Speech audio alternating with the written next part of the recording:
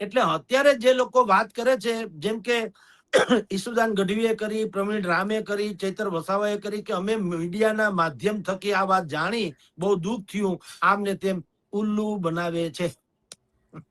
આવું કઈ છે નહીં, બધાને બધી ખબર છે. પણ એ તો હોના હી થા એના જેવું છે. શું કામ?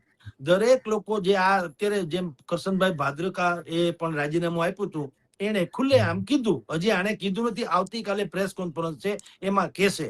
પણ કેસે શું? મોટા ભાગે આ જ કેસે. ભલે અત્યારે જાહેરમાં શું કીધું એને, મારે અંગત કારણોસર હું આ જવાબદારી નિર્વાહન કરી શકું નથી. ભાઈ અંગત ને આને ક્યાં લેવા દેવા છે? તમે સમજી લ્યો પક્ષને. ભાદરકા વાળાએ શું કીધું? કરશનદાસજી બાપુએ શું કીધેલું? મારી તબિયત બરાબર નથી. અને પછી જોજી ઘોડા જેવા થઈને નાચે કૂદે છે ને. એટલે આ બધા છે ને પ્રજાની આંખે પાટા બાંધીને મનાવવું ઈ સમજાતું નથી. આ બરાબર ની ક્લિયર તો કયો ભલામણ, જે હોય તે.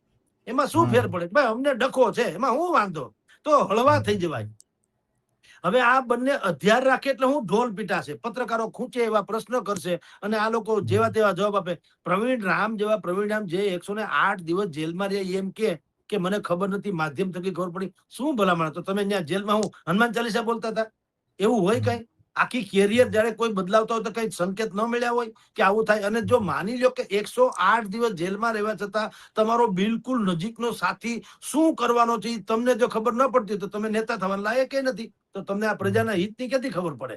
આ નેતા તો દૂરંદેશી વાળા હોવા જોઈએ. આજથી 2 વર્ષ 10 વર્ષ પછી શું થવાનું છે વિચારીને આગળ વધે, જેને વિઝન કહેવામાં આવે. એવા વિઝનરી હોય ને નેતા કહેવાય. હવે તમારી બાજુનો માણસ શું કરે છે ખબર ન હોય તો તમારા નેતાગીરીનો મતલબ શું?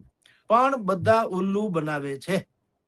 બધાને બધી ખબર હતી કે આ પ્રકારની ઈગો ક્લેશ છે ને એનો નતીજો આજ આવશે, જે આવીને રહ્યો. જી. પરંતુ જ્યારે રાજુભાઈ જેલમાં હતા ત્યારે